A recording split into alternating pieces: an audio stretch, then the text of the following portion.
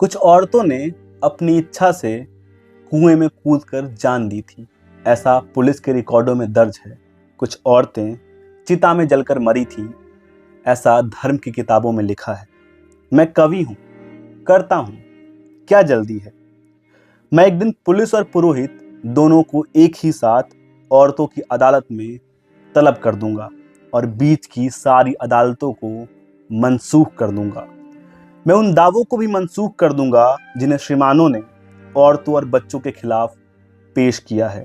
मैं उन डिक्रियों को निरस्त कर दूंगा जिन्हें लेकर फौजें और तुलबा चलते हैं।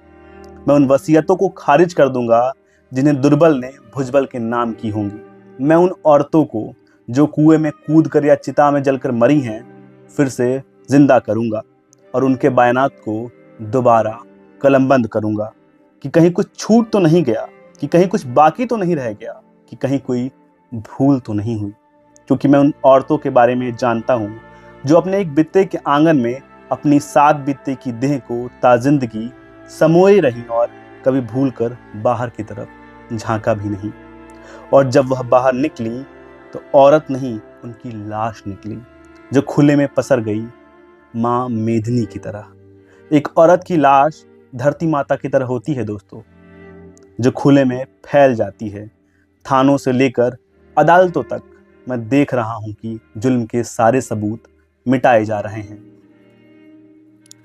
चंदन चर्चित मस्तक को उठाए हुए पुरोहित और तमगों से लैस सीने को फुलाए हुए सैनिक महाराज की जय बोल रहे हैं। वे महाराज जो मर चुके हैं और महारानियां सती होने की तैयारियां कर रही हैं। और जब महारानियां नहीं रहेंगी तो नौकरानियां क्या करेंगी, इसलिए वे भी तैयारियां कर रही हैं। मुझे महारानियों से ज्यादा चिंता नौकरानियों की होती है जिनके पति जिंदा हैं और वो बेचारे रो रहे हैं। कितना खराब लगता है एक औरत को अपने रोते हुए पति को छोड़कर मरना, जबकि मर्दों को रोती हुई औरतों को मारना भी खराब नहीं लगता।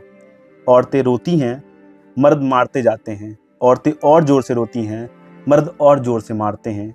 औरतें खूब जोर से रोती हैं, मर्द इतने जोर से मारते हैं कि वे मर जाती हैं। इतिहास में वह पहली औरत कौन थी जिसे सबसे पहले जलाया गया, मैं नहीं जानता, लेकिन जो भी रही होगी मेरी माँ रही होगी। लेकिन मेरी चिंता यह है कि भविष्य में वह आखिरी औरत कौन होगी जिसे सबसे अंत में जलाया जाएगा। मैं नहीं जानता, लेकिन जो भी होगी मेरी बेटी होगी और मैं ये होने नहीं दूंगा।